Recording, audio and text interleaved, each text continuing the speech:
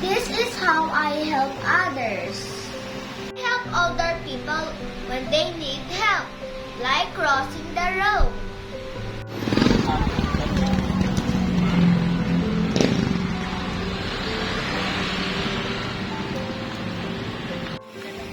Them do things like sweeping. Can I help you?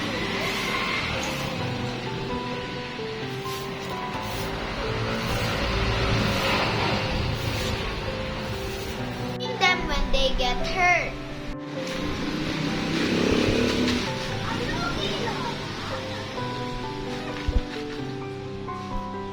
And carry things that are heavy for them.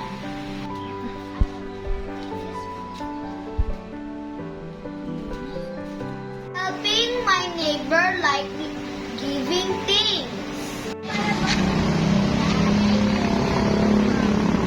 Giving a chair to a pregnant woman like